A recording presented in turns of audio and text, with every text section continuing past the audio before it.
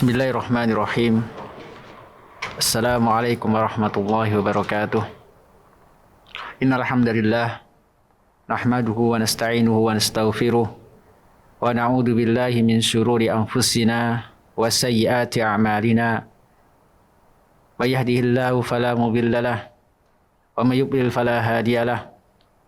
Asyhadu an la ilaha illallah wahdahu la syarika lahu wa asyhadu anna Muhammadan abduhu wa rasuluh. Amma ba'd. Fa inna asdaqal hadits kitabullah wa khairul hadi hadi Muhammadin sallallahu alaihi wasallam wa syarrul umuri muhdatsatuha fa inna kulla muhdatsatin bid'ah wa kulla bid'atin dhalalah wa kulla dhalalatin finnar.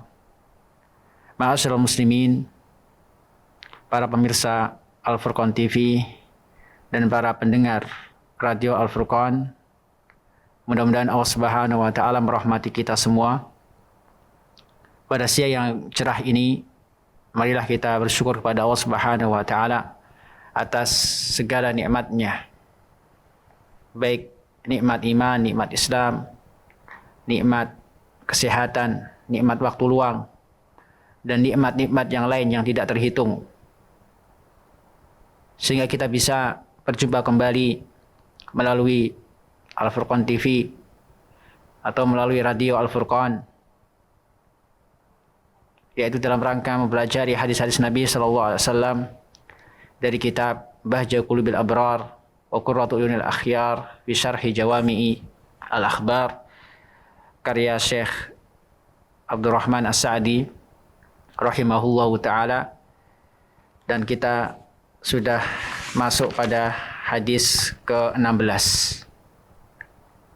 Jadi pada kesempatan siang hari ini kita akan melanjutkan penjelasan Syekh As-Sa'di, yaitu hadis ke-16 dari Jawami'ul Akhbar, hadis tentang al-jaza' min jinsil amal, hadis tentang balasan itu sesuai dengan jenis amalan. Maka pada kesempatan kali ini kita akan membacakan satu hadis, yaitu hadis Abi Sirmah. Berkata Syekh As-Sa'di rahimahullah, Al-Hadis As-Sadis Asyar, hadis ke-16, An Abi Sirmata radhiyallahu ta'ala anhu qala, dari Abu Sirmah radhiyallahu ta'ala anhu. Para ulama berselisih pendapat terkait nama asli dari Abu Sirmah. Ada yang mengatakan nama beliau adalah Malik ibn Qais.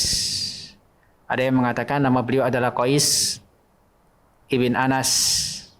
Ada juga yang mengatakan nama beliau adalah Qais ibn Malik. Beliau adalah sahabat dari kalangan Ansar, dari Bani Mazin atau dari Bani Najjar. Beliau termasuk sahabat yang ikut serta dalam perang Badar. Jadi di antara keistimewaan beliau termasuk sahabat yang pernah ikut serta dalam perang Badar. Yang mana para sahabat yang ikut perang Badar memiliki keistimewaan khusus. Mereka akan masuk surga. Mereka dipastikan oleh Nabi SAW masuk surga. Ini di antara keistimewaan para sahabat yang ikut perang Badar. Dan Abu Sirmah termasuk para sahabat yang ikut serta dalam perang Badar. Ini sekilas tentang biografi singkat Abu Sirmah, yang nama beliau adalah Malik ibn Qais atau Qais ibn Anas atau Qais ibn Malik. Terjadi silang pendapat dari kalangan para ulama hadis terkait nama asli beliau, tapi beliau masyhur terkenal dengan nama Abu Sirmah. Taib. An Abi Sirmah radhiyallahu ta'ala anhu qala, dari Abu Sirmah radhiyallahu ta'ala anhu beliau berkata, qala Rasulullah sallallahu alaihi wasallam, Rasulullah SAW bersabda, man darallahu bih, barang siapa yang menimpakan kemadaratan, yaitu kepada orang lain, niscaya Allah Subhanahu wa taala akan menimpakan padanya kemadaratan. Wa man syaqallahu alaihi, dan barang siapa yang menyulitkan orang lain, menimpakan kesulitan kepada orang lain, syaqallahu alaih, niscaya Allah Subhanahu wa taala akan menimpakan kesulitan padanya. Allah akan menyulitkan kepadanya. Rawahu Tirmidzi wa Ibnu Majah. Hadis ini diriwayatkan oleh At-Tirmidzi dan juga Ibnu Majah. Dan berkata Al-Imam At-Tirmidzi, hada hadisun hasanun gharib. Hadis ini adalah hadis hasan gharib.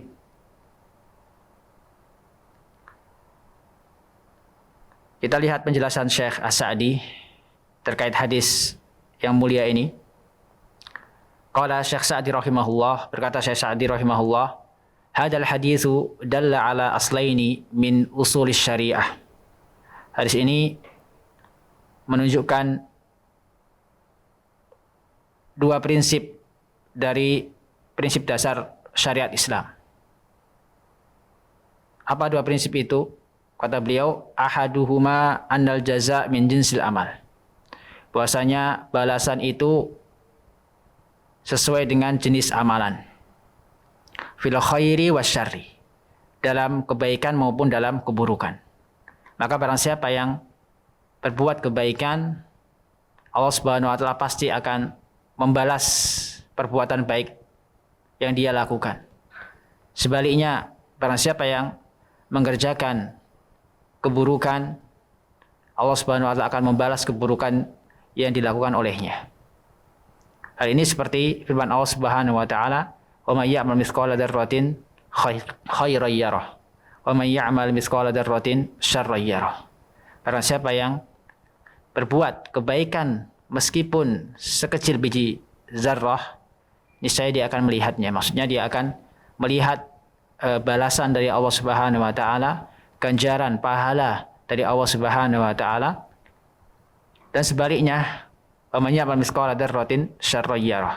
Dan barang siapa yang berbuat keburukan, maka dia akan melihat balasan dari keburukan yang dia lakukan. Ini prinsip pertama yang bisa kita ambil dari hadis yang mulia ini, bahwa al-jaza min jinsil amal, perbuatan itu atau balasan itu tergantung pada jenis amalan. Al-jaza min jinsil amal, balasan itu tergantung pada jenis amalan. Apabila dia berbuat kebaikan, maka dia akan dibalas dengan kebaikan. Sebaliknya, apabila dia berbuat keburukan, niscaya dia akan dibalas dengan keburukan pula. Qala Asy-Syaikh As-Sa'di rahimahullah, wa hadha min hikmatillahi allati yuhmadu 'alaiha. Dan ini termasuk hikmah Allah Subhanahu wa taala, kebijaksanaan Allah Subhanahu wa taala yang dengan hikmah tersebut Allah dipuji. Jadi antara sifat Allah Subhanahu wa taala adalah Allah Subhanahu wa taala disifati dengan al-hikmah. Di antara nama-nama Allah Subhanahu wa taala yang baik, Allah Subhanahu wa taala adalah Zat Al-Hakim, yang maha bijaksana. Maka di antara kebijaksanaan Allah Subhanahu wa taala, Allah membalas kebaikan dengan kebaikan. Allah membalas keburukan dengan keburukan, sesuai dengan hikmah Allah Subhanahu wa ta'ala. Fakama anna man amila bima yuhibbuhullah ahabbahullah. Sebagaimana orang yang mengerjakan sesuatu yang dicintai oleh Allah Subhanahu wa ta'ala, maka niscaya dia akan dicintai oleh Allah Subhanahu wa ta'ala. Wa man amila bima yubghiduhullah abghadahullah. Dan barang siapa yang mengerjakan suatu amalan yang dibenci oleh Allah Subhanahu wa ta'ala, maka dia dibenci oleh Allah Subhanahu wa ta'ala. Demikian juga kata Syekh, wa man yassaru ala muslimin. Pada siapa yang memudahkan urusan seorang muslim, urusan saudaranya sesama muslim, yassarallahu alaihi fid dunya wal akhirah. Maka niscaya Allah Subhanahu wa taala akan memudahkan urusan dia baik di dunia maupun di akhirat. Demikian juga kata beliau, wa man farraja an mu'minin kurbatan. Dan barang siapa yang memudahkan kesulitan seorang mukmin, farrajallahu anhu kurbatan min kurabi yaumil qiyamah, maka Allah akan memudahkan akan membantu dia, akan memudahkan kesedihan dia, akan menghilangkan kesedihan dia pada hari kiamat, atau kesulitan dia pada hari kiamat. Ini seperti hadis Nabi SAW, semakna dengan hadis Nabi SAW yang diriwayatkan oleh Abu Hurairah, man nafasa anil muslimi kurbatan min kurabi ad-dunya nafasallahu anhu kurbatan min kurabi yaumil qiyamah wa man satara an muslimin satarahullahu fid dunya wal akhirah wallahu fi auni al-abdi maka al-abdu fi auni akhi atau kama qala sallallahu. Barang siapa yang memudahkan urusan seorang muslim, niscaya Allah Subhanahu wa taala akan memudahkan urusannya, akan menghilangkan kesedihannya kelak di akhirat, hari kiamat. Dan barang siapa yang menutup aib seorang muslim, niscaya Allah Subhanahu wa taala akan tutup aibnya di dunia dan di akhirat. Dan senantiasa Allah Subhanahu wa taala menolong hambanya selama dia menolong saudaranya. Karena itu beliau katakan di sini, wallahu fi hajatil abdi maka al-abdu fi hajati akhi. Senantiasa Allah Subhanahu wa taala membantu hambanya mengurusi kebutuhan hambanya selama hamba tersebut mengurusi atau membantu urusan saudaranya. Demikian juga kadzalika man darra musliman darahullah.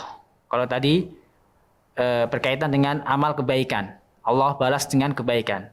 Maka sekarang sebaliknya, kata Syekh As-Sa'di, kadzalika man darra musliman, maka demikian pula orang yang memadaratkan sesama muslim, darahullah, maka dia akan dimadaratkan oleh Allah Subhanahu wa taala. Allah akan balas kemadaratan, gangguan yang dia timpakan kepada saudaranya seiman. Allah balas dia dengan kemadaratan pula, dengan gangguan semisal gangguan yang telah dia timpakan, yang telah dia berikan kepada saudaranya. Wa man makara bihi makarallahu bihi. Dan barang siapa yang berbuat makar pada saudaranya, maka niscaya Allah Subhanahu wa taala akan membalas makar tersebut. Sebagaimana firman Allah Subhanahu wa taala, wa makaru wa makarallah wallahu khairul makirin. Mereka berbuat makar, maka Allah pun balas dengan perbuatan makar pula. Dan Allah Subhanahu wa taala sebaik-baik yang membuat makar. Akan tapi perlu diperhatikan bahwasanya pembalasan Allah Subhanahu wa taala berupa makar ini bukan berarti menunjukkan bahwasanya Allah Subhanahu wa taala zalim kepada hambanya. Karena seluruh sifat Allah Subhanahu wa taala adalah sifat yang mulia, sifat yang terpuji, tidak ada sedikit pun Allah Subhanahu wa taala menzalimi hambanya. Maka meskipun Allah Subhanahu wa taala dalam ayat ini disebutkan Allah Subhanahu wa taala membalas makar, ini bukan sifat dzam, bukan sifat kejelekan, sifat tercela. Tapi ini adalah sifat terpuji karena apa yang dilakukan oleh Allah Subhanahu wa taala adalah dalam rangka membalas makar yang dilakukan oleh orang-orang yang berbuat makar. Yang berbuat makar, yang berbuat tipu daya kepada saudaranya semuslim. Wa man syaqqa alaihi syaqqallahu alaihi. Barang siapa yang menyulitkan orang lain, maka Allah Subhanahu wa taala akan berikan kesulitan kepadanya. Ila ghairi dzalika minal amsila ad-dakhila fi hadzal asl. Dan contoh-contoh yang lain yang termasuk bagian dari atau cakupan dari prinsip ini, yaitu al-jaza' min jinsil amal. Bahwasanya balasan itu tergantung pada jenis amalan. Ini faedah pertama yang bisa kita ambil dari hadis yang mulia ini, bahwasanya al-jaza' min jinsil amal, balasan itu tergantung pada jenis amalan. Apabila baik maka akan dibalas dengan kebaikan, dan apabila buruk maka akan dibalas dengan keburukan pula. Selanjutnya kata beliau, al-aslus tsani man ud-darari wal mudarrah wa annahu la darara wa la dirar wa hadha yashmalu anwa'ad darari kullihi wa hadha yashmalu anwa'ad darari kullihi. Selanjutnya faedah yang kedua dari hadis yang mulia ini, bahwasanya hadis yang mulia ini mengandung pokok atau prinsip dasar Islam yang lain, yaitu larangan berbuat doror atau memadaratkan orang lain. Jadi perbedaan antara ad-darar dan al-madarrah. Ad-darar kata para ulama yaitu kemadaratan yang diperbuat oleh seorang tanpa ada unsur kesengajaan. Adapun al-madarrah adalah kemadaratan yang sengaja ditimpakan kepada orang lain. Ini al-madharah. Sebagaimana hadis Nabi SAW, la darar wala dirar. Janganlah seorang berbuat darar, bahaya, atau berbuat madarat, wala dirar, dan tidak pula menimpakan kemudaratan kepada orang lain. Ini kata para ulama terkait hadis yang mulia ini, maksudnya adalah la darar, yaitu bahaya atau kemudaratan yang dilakukan dengan tidak sengaja. Adapun dirar, yaitu kemudaratan atau bahaya yang dilakukan dengan sengaja. Ini menunjukkan bahwasanya Islam adalah agama yang sempurna, agama yang sesuai dengan zaman, agama yang memerhatikan kemaslahatan manusia, sehingga seluruh hal yang dapat memadaratkan umat manusia, syariat Islam telah melarangnya. Maka kata beliau, wa hadza yashmalu anwa' ad-darar kulli.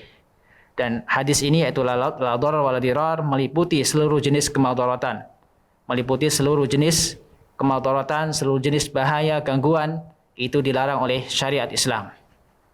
Yang menunjukkan pula bahwasanya Islam adalah agama kasih sayang, agama yang memperhatikan kasih sayang, sehingga dari hadis yang mulia ini diambil kaidah, termasuk kaidah al-kubra, kaidah yang sangat besar dalam agama kita, yaitu la darar wala dirar. Tidak boleh kita menimpakan kemudaratan kepada orang lain, baik sengaja maupun tidak sengaja. Atau ad-darar yuzal, kemudaratan itu harus dihilangkan.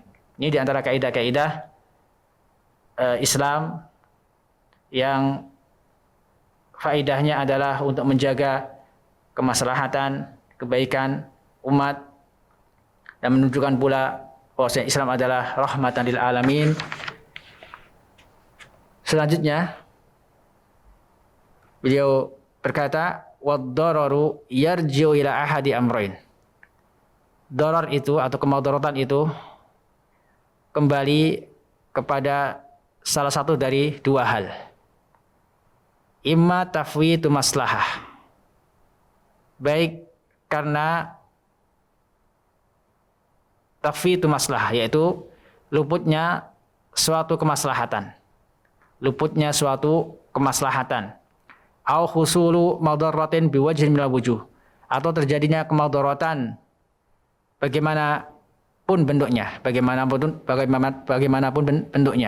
Jadi kemaslahatan yang hilang akan menimbulkan kemudaratan.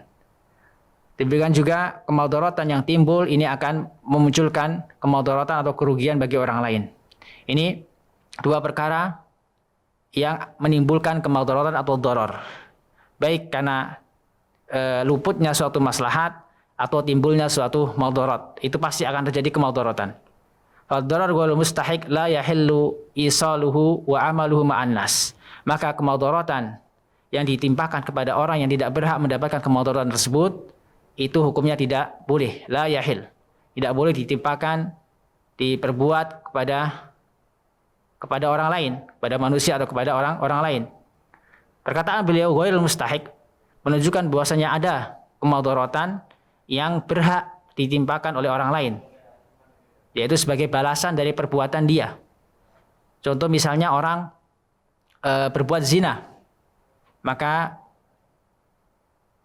dia berhak dicambuk apabila dia belum menikah. Maka apabila dia sudah menikah, maka dia berhak untuk dirajam. Maka cambukan adalah bentuk kemudaratan atau bahaya yang karena pelakunya berhak mendapatkan hal tersebut karena dia telah melanggar syariat Allah Subhanahu wa taala, karena dia telah mengerjakan larangan Allah Subhanahu wa taala, maka ini kemudaratan yang dibenarkan dalam Islam. Kemudaratan yang dibenarkan dalam Islam. Contoh misalnya orang mencuri, maka dipotong tangannya.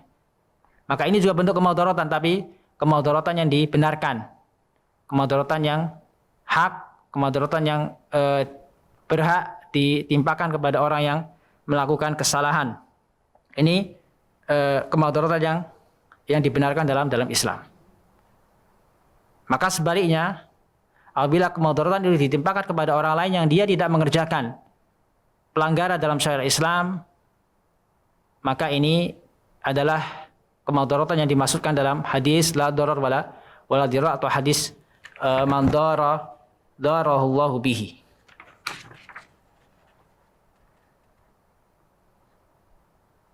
Selanjutnya beliau katakan, bal yajib al insan ayyamna dararahu wa adahu anhum min jamil wujuh. Maka wajib bagi manusia untuk menghalangi kemudaratan, melarang kemudaratan atau gangguan yang ditimpakan kepada orang lain bagaimanapun caranya. Min jamil wujuh, bagaimanapun caranya. Ini akhlak Islam atau petunjuk Islam dalam menciptakan kemaslahatan, menciptakan kasih sayang untuk seluruh umat manusia. Fayadkhulu fi dzalik, kata beliau, maka masuk dalam prinsip itu atau masuk dalam kaidah la darar wala dirar adalah at-tadlis. Jadi termasuk bentuk kemudaratan adalah perbuatan tadlis, yaitu bentuk pengelabuhan, penipuan dalam muamalah, wal ghisyu fil muamalat, dan juga berbuat curang dalam muamalat, wa katmil uyub fiha, dan menunjukkan dan menyembunyikan aib dalam muamalat. Misalnya orang menjual barang, kemudian dia sembunyikan cacat dari barang tersebut, maka dia telah berbuat kemudaratan. Dia telah memudaratkan orang lain, membahayakan orang lain. Maka masuk dalam hadis ini.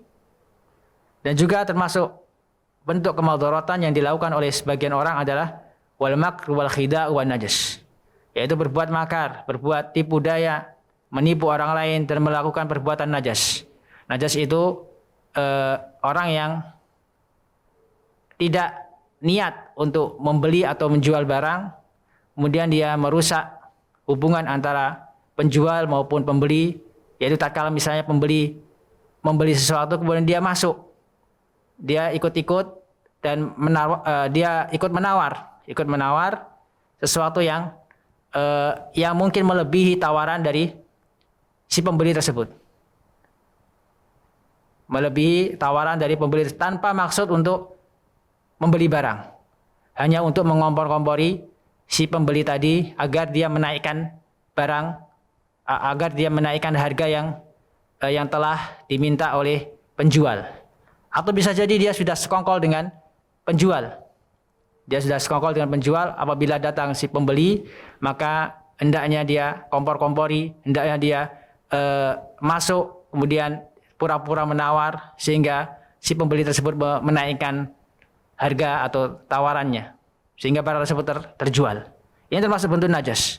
Termasuk bentuk najas yang tentunya dapat menimbulkan yakni permusuhan antara penjual dan juga pembeli, dan termasuk perbuatan zalim. Demikian juga termasuk kemudaratan dalam muamalat talaqi rukban, yaitu mencegat kafilah dagang, mencegat kafilah dagang yang hendak masuk ke pasar, yang mana kebanyakan mereka tidak mengetahui harga pasar, kemudian dicegat oleh sebagian orang dan dibeli seluruh barang yang dia bawa. Kemudian dia balik ke desanya misalnya dengan gembira karena barang-barangnya sudah habis. Namun ternyata apa? Barang yang telah dia jual ternyata tidak sesuai dengan harga pasar. Akhirnya dia mengalami kerugian, mengalami kekecewaan karena barang-barang yang telah habis dia jual itu ternyata harganya adalah harga yang sangat murah. Jadi mereka merasa dibohongi oleh orang-orang tersebut. Ini yang dimaksudkan talaqi rukban. Wal bai'u ala bai'il muslim, atau membeli barang atas pembelian saudaranya semuslim. Maksudnya apa? Orang yang menawar barang yang sedang ditawar oleh saudaranya, menawar barang yang sedang ditawar oleh temannya. Maka ini termasuk bentuk kedzaliman, bentuk kemudaratan, karena semestinya dia menunggu sampai tawaran dari temannya itu diterima atau ditolak oleh si penjual, tapi dia seolah-olah merecoki, seolah-olah mengganggu tawaran yang ditawarkan oleh temannya. Ini masuk al-bai' ala bai' muslim yang dilarang oleh Nabi sallallahu alaihi wasallam. Demikian juga wasyira ala syira'ihi. Asyira ala syira'ihi. Kalau afal ini kebalik. Kalau bai' ala bai' muslim yaitu menjual barang yang telah atau di atas penjualan saudaranya semuslim. Adapun asyira yaitu membeli barang yang dibeli oleh temannya, yang dibeli oleh saudara semuslim.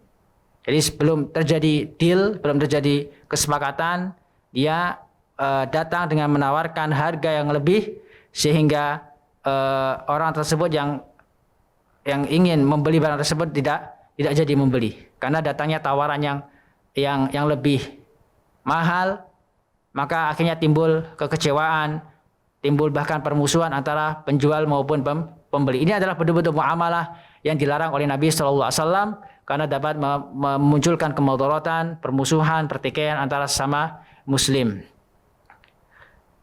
Demikian juga mislu al-ijarat wa jamil muamalat. Dan semisal dengan yang tadi adalah transaksi sewa menyewa, al-ijarat, transaksi sewa menyewa. Tidak boleh kita melakukan kemudaratan dalam transaksi sewa menyewa. Contoh misalnya datang seorang ingin menyewa rumah misalnya, ingin menyewa rumah, kemudian sudah ditawar dengan harga yang hampir disetujui oleh orang yang menyewakan rumah. Kemudian datang seorang dengan tawaran yang lebih tinggi.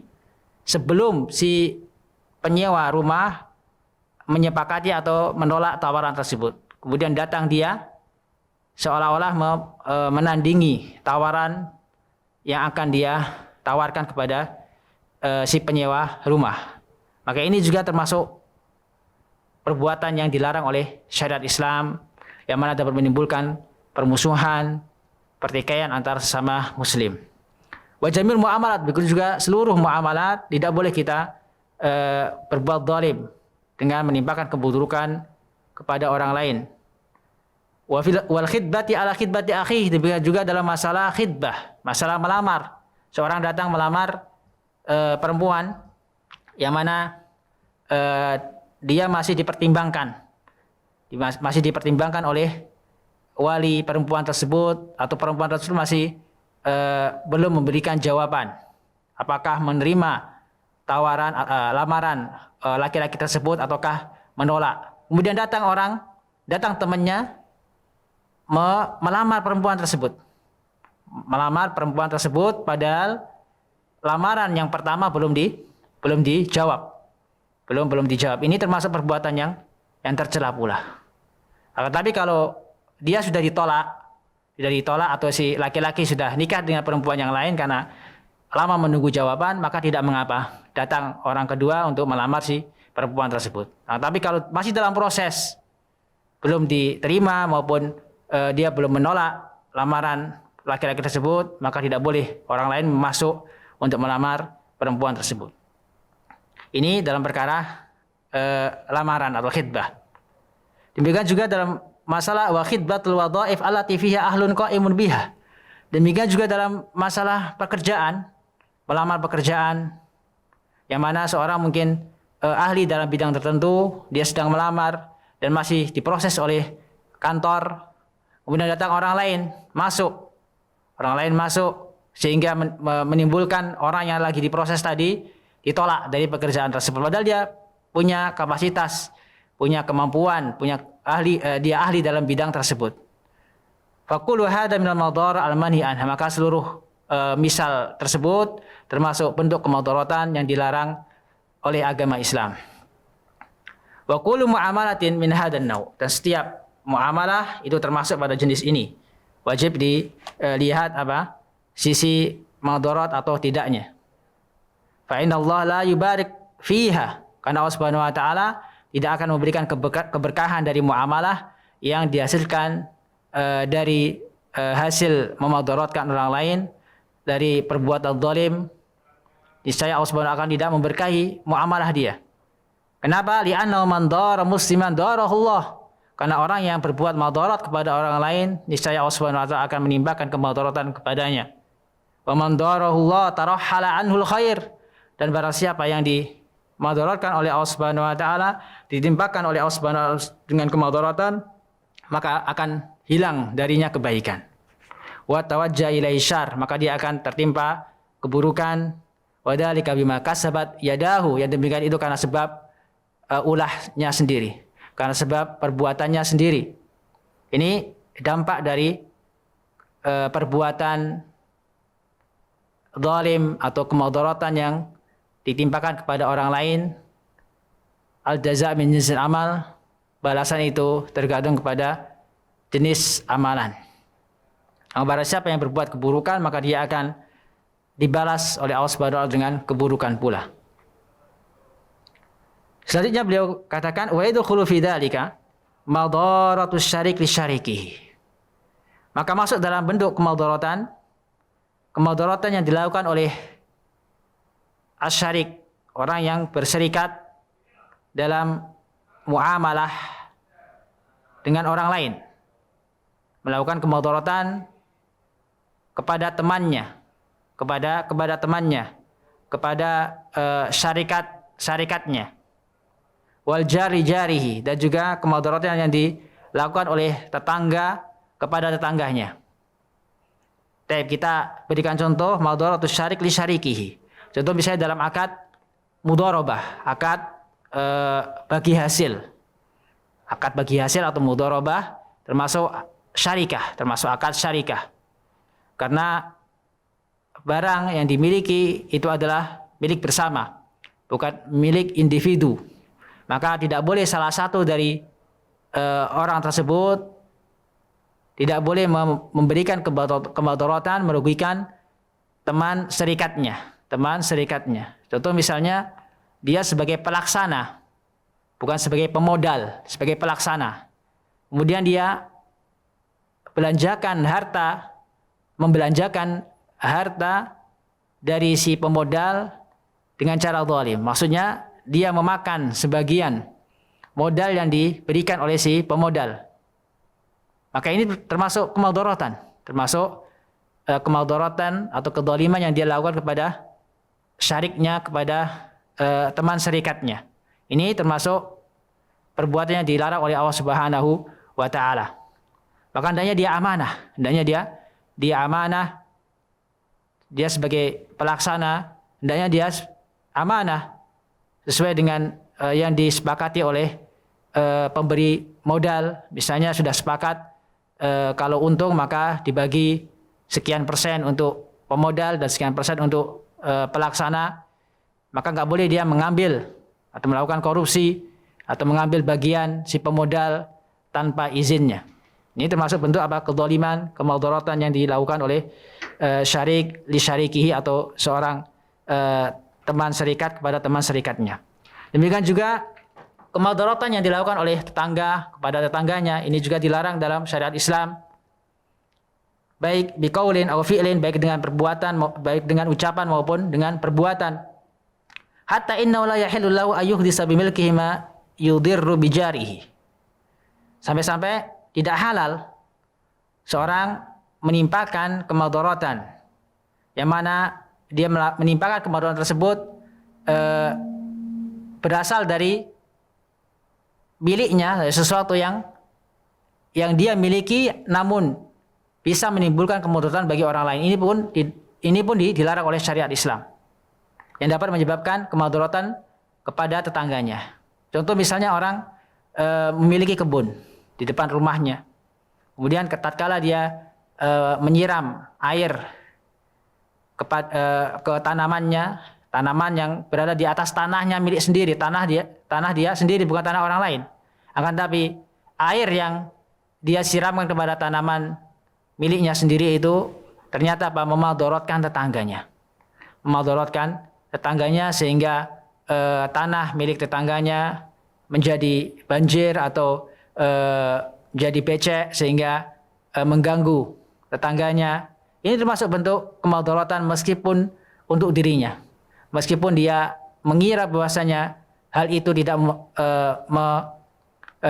merugikan orang lain, tapi karena perbuatan tersebut ternyata bisa merugikan orang lain, ini dilarang oleh Allah Subhanahu wa taala. Meskipun dia lakukan di tanah sendiri, di di tanah sendiri atau barang milik sendiri. Tapi kalau sampai mengibatkan madarat bagi orang lain maka tidak dibenarkan.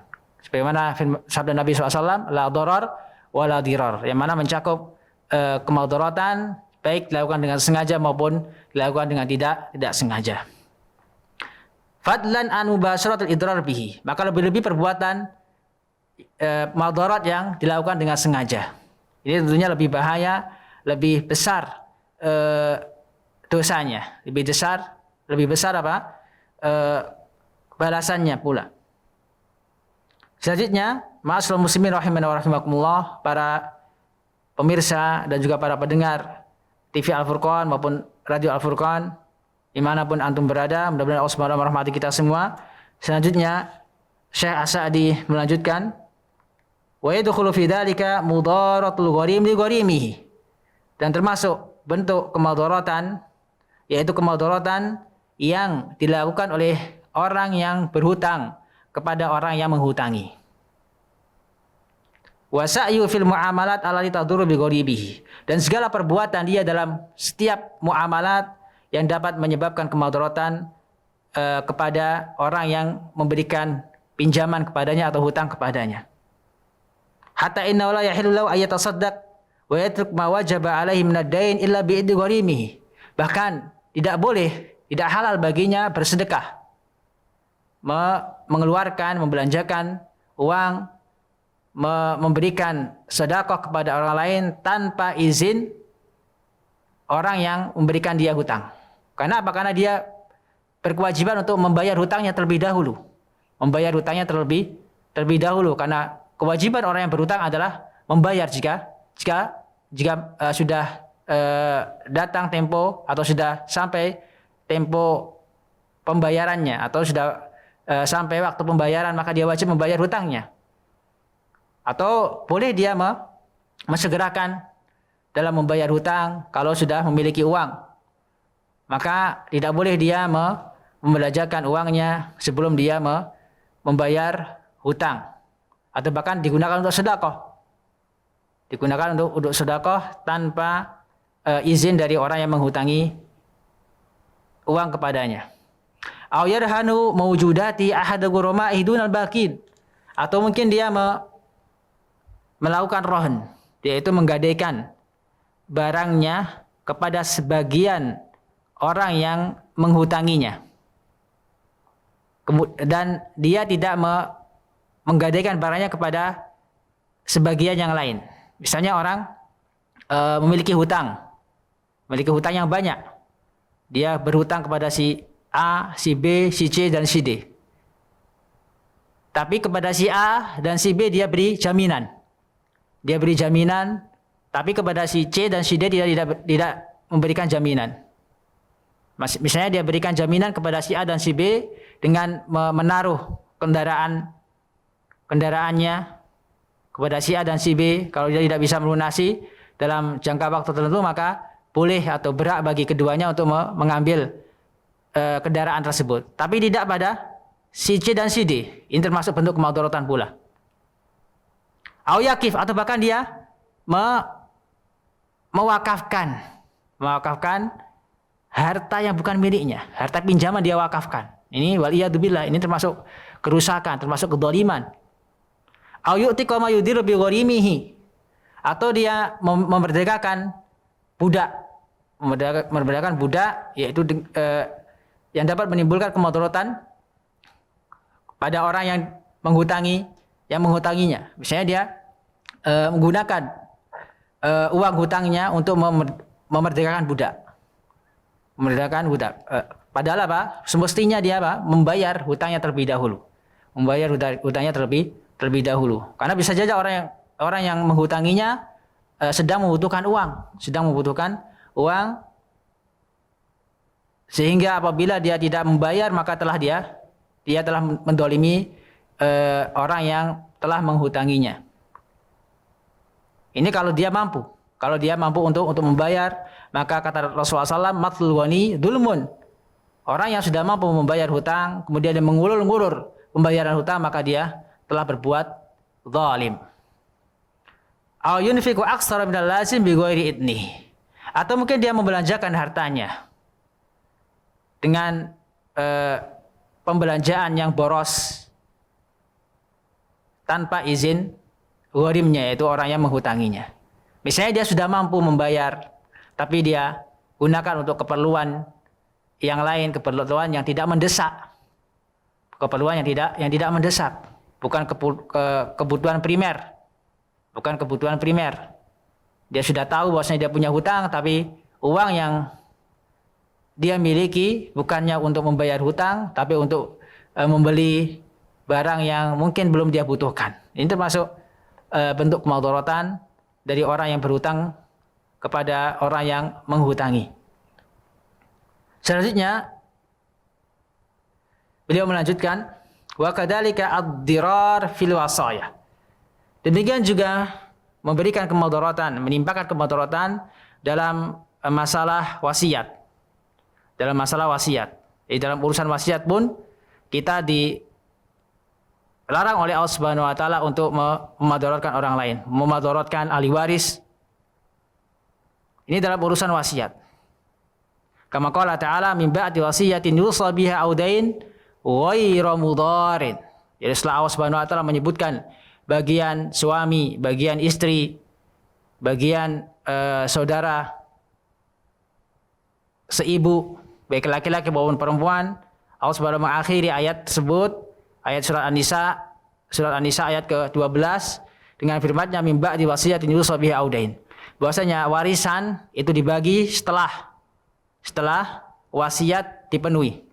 Setelah wasiat dipenuhi atau hutang dibayar. Ghairu mudhar, tanpa ada unsur memudaratkan, yaitu memudaratkan ahli waris. Seperti apa? Kata Syekh rahimahullah, bi ayyakhussa ahada warasati bi aksara mimma lahu. Yaitu dengan mengkhususkan salah seorang dari ahli warisnya, mengkhususkan harta, mengkhususkan bagian yang lebih besar dari bagian yang lain. Artinya sebelum dia meninggal, dia berwasiat bahwasanya hartanya itu untuk salah seorang dari anaknya. Misalnya dia punya anak 3. Anak yang pertama, anak yang sangat berbakti kepadanya. Selama dia sakit, dia rawat. Adapun yang kedua dan ketiga, kurang berbakti atau bahkan sering menyakiti hatinya. Maka karena dia sakit hati, dia berwasiat. Nanti kalau saya meninggal, si fulan berhak mendapatkan seluruh atau sebagian besar dari hartaku. Ini termasuk perbuatan zalim. Termasuk perbuatan yang dapat memudaratkan ahli waris. Termasuk wasiat yang dilarang.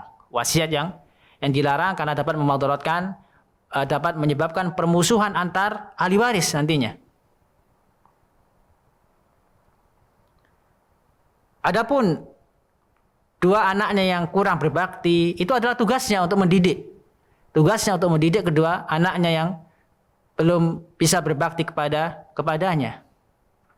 Janganlah dia membalas dengan mengharamkan hak keduanya, hak warisan.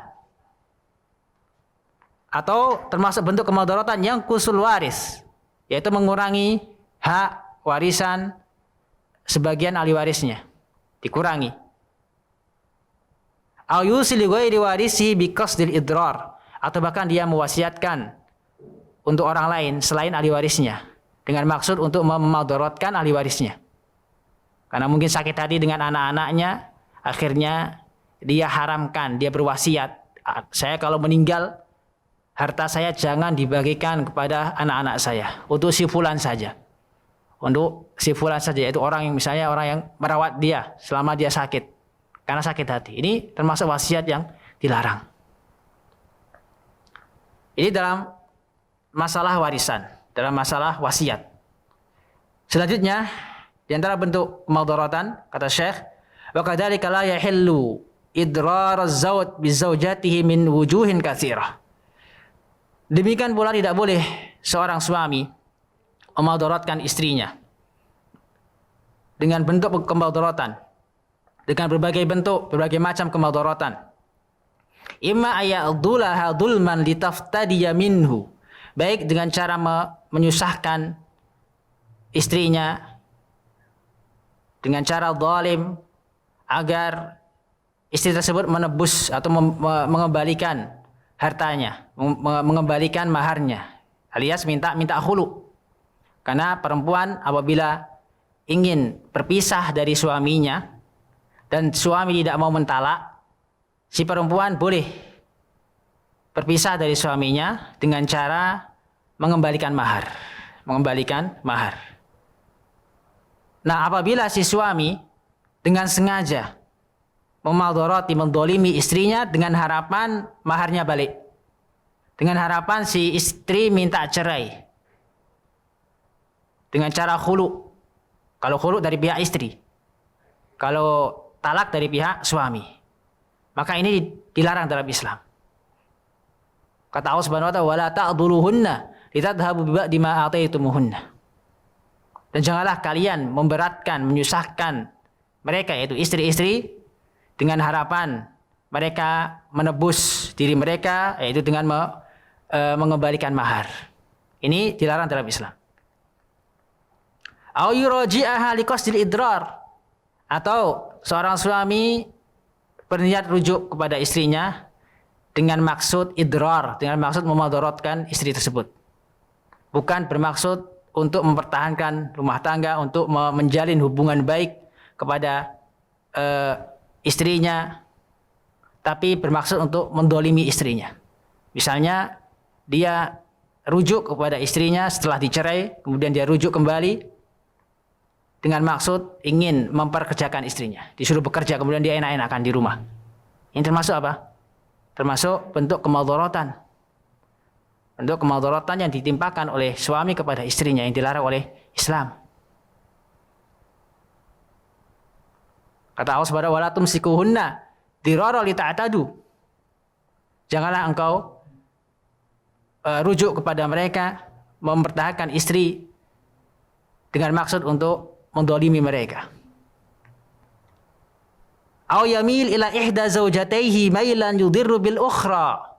Ini bagi yang ta'addud, yang memiliki lebih dari satu istri. Enggak boleh, kata Syekh di sini, enggak boleh condong kepada salah satu dari dua istrinya yang mana dapat memadaratkan yang lainnya. Maksudnya di sini condong dalam hal materi, dalam hal yang di luar, dalam hal yang masih dalam batasan kemampuan dia, bukan condong di luar kemampuan dia. Contoh misalnya dalam masalah hati, masalah cinta, ini nggak bisa seorang berbuat adil. Bahkan Rasulullah pun sendiri tidak bisa berbuat adil kepada istri-istrinya dalam urusan apa? Urusan hati. Rasulullah lebih cinta kepada Aisyah daripada istri-istri yang lain. Tapi dalam masalah mabit, masalah urusan ranjang, masalah waktu menginap, waktu bermalam dengan istrinya, beliau adil. Inilah seperti yang difirmankan oleh Allah Subhanahu wa ta'ala, walan ta'dilu. Allah Subhanahu wa ta'ala menafikan keadilan bagi orang-orang yang beristri lebih dari satu. Maksudnya adalah adil dalam apa? Dalam masalah hati, masalah kecintaan. Ini manusiawi. Tapi dalam masalah hak mabit, hak bermalam, hak nafkah, ini harus adil. Ini harus adil. Kata Allah Subhanahu wa ta'ala, wala tamilu kullal maili fatadaruha kal mu'allaqah. Dan janganlah kalian condong kepada sebagian istri daripada sebagian yang lain, sehingga engkau membiarkan dia menggantung. Maksudnya statusnya nggak jelas, apakah dia sebagai istri ataupun tidak sebagai istri. Maksudnya apa? Kalaupun sebagai istri hendaknya diberikan nafkah, baik nafkah lahir maupun nafkah batin. Tapi dia dibiarkan begitu saja karena kecondongan dia dengan istri yang lain, sehingga istri yang satunya dilalaikan, tidak diberikan nafkah batin maupun nafkah lahir. Ini termasuk perbuatan yang dilarang dalam syariat Islam. Selanjutnya termasuk bentuk kemadharatan, wa min dzalika al-haifu fil ahkam wasyahadat wal kismati wa ghairiha ala ahdi syakhsaini li nafil akhar. Termasuk bentuk kemudaratan pula yaitu dalam memutuskan hukum, dalam memvonis seorang, dalam masalah persaksian, dalam masalah pembagian. Dia memvonis dengan vonis yang zalim.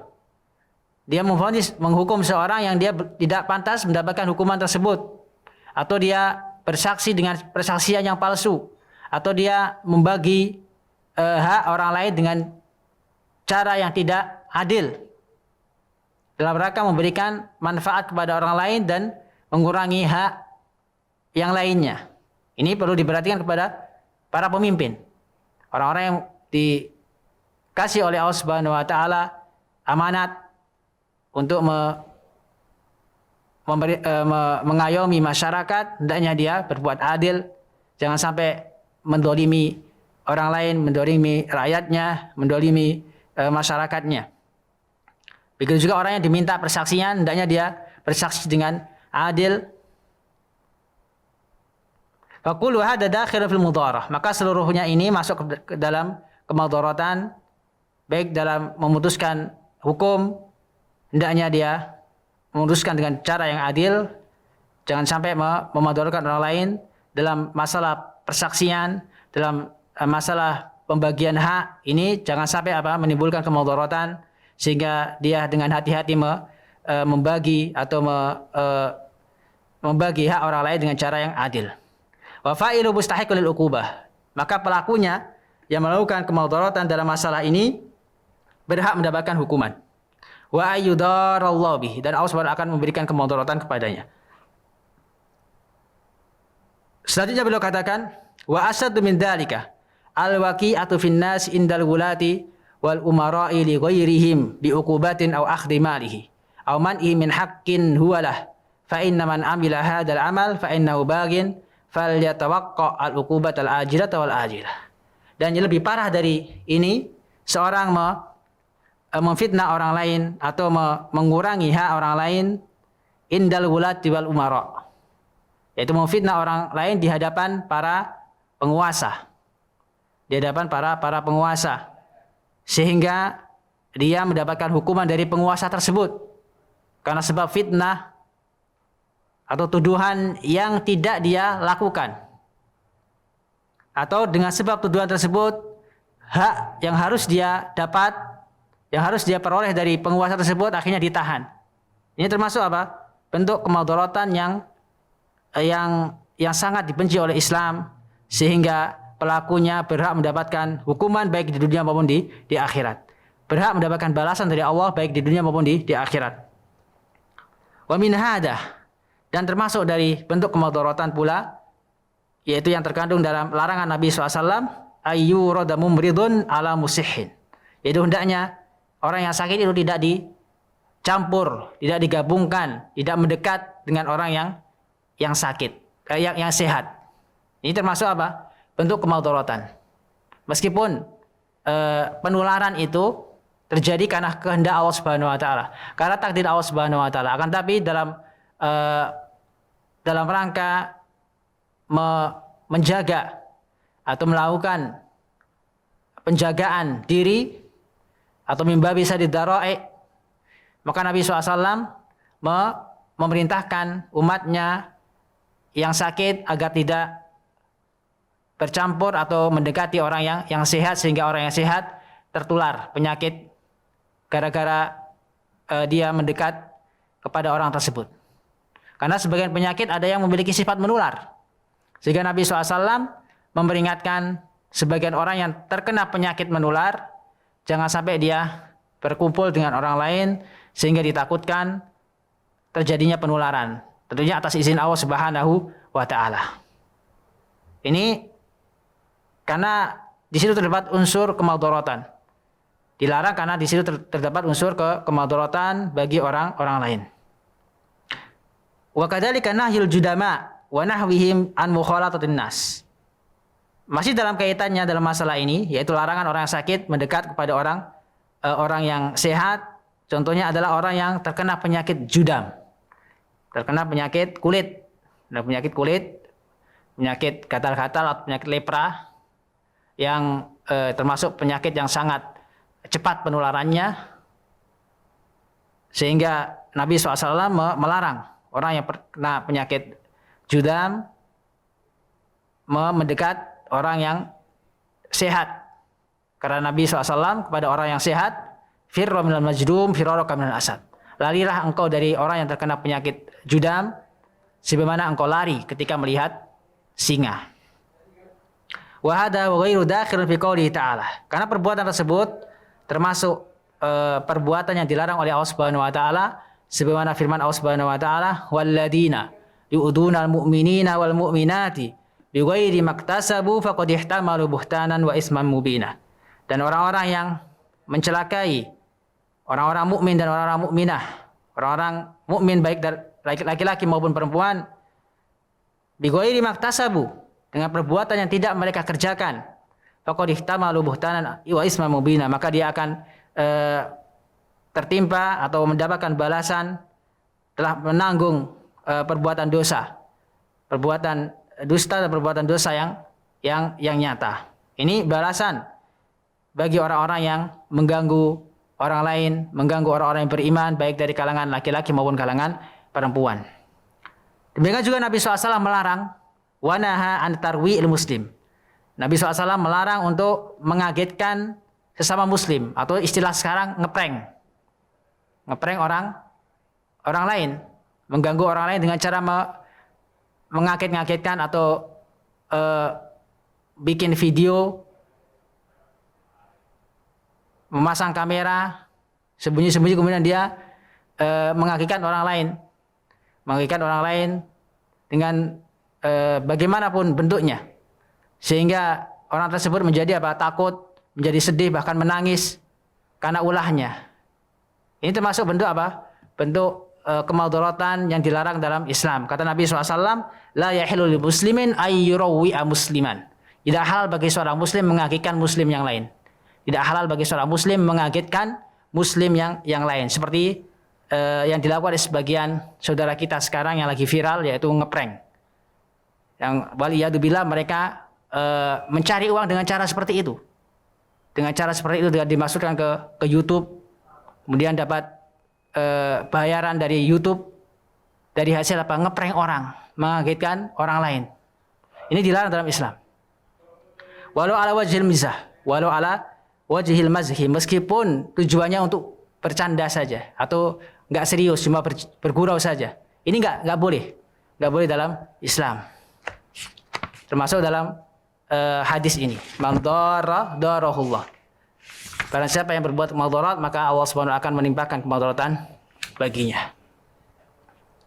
Maka dengan demikian hadis yang mulia ini secara tersurat menjelaskan kepada kita larangan dari Nabi SAW, yaitu melarang untuk kita menimpakan kemadaratan, bahaya kepada orang lain baik dengan sengaja maupun dengan tidak sengaja. Maka orang yang menimpakan kemadaratan kepada orang lain pasti akan dibalas oleh Allah Subhanahu wa taala. Demikian juga orang yang menyulitkan orang lain, memberikan kesulitan kepada orang lain, maka niscaya Allah Subhanahu wa taala akan balas dengan memberikan kesulitan kepadanya. Dan mafhum atau makna tersirat dari hadis yang mulia ini, orang yang menghilangkan kemadaratan dari orang lain, orang yang memudahkan urusan orang lain, menghilangkan kesulitan, kesedihan orang lain, niscaya Allah Subhanahu wa taala akan berikan pahala, akan berikan balasan yang baik kepadanya. Karena al-jaza' min jinsil amal. Karena balasan itu sesuai dengan jenis amalan. Apabila amalan tersebut baik, maka akan dibalas dengan kebaikan pula. Sebaliknya, apabila perbuatan itu jelek, maka akan dibalas dengan kejelekan pula. Wallahu ta'ala alam. Mudah-mudahan kajian kita pada siang hari ini bermanfaat. Mudah-mudahan kita bisa mengamalkan kandungan dari hadis yang mulia ini, dan mudah-mudahan Allah Subhanahu wa taala menjauhkan mara bahaya, kemadaratan bagi seluruh kaum muslimin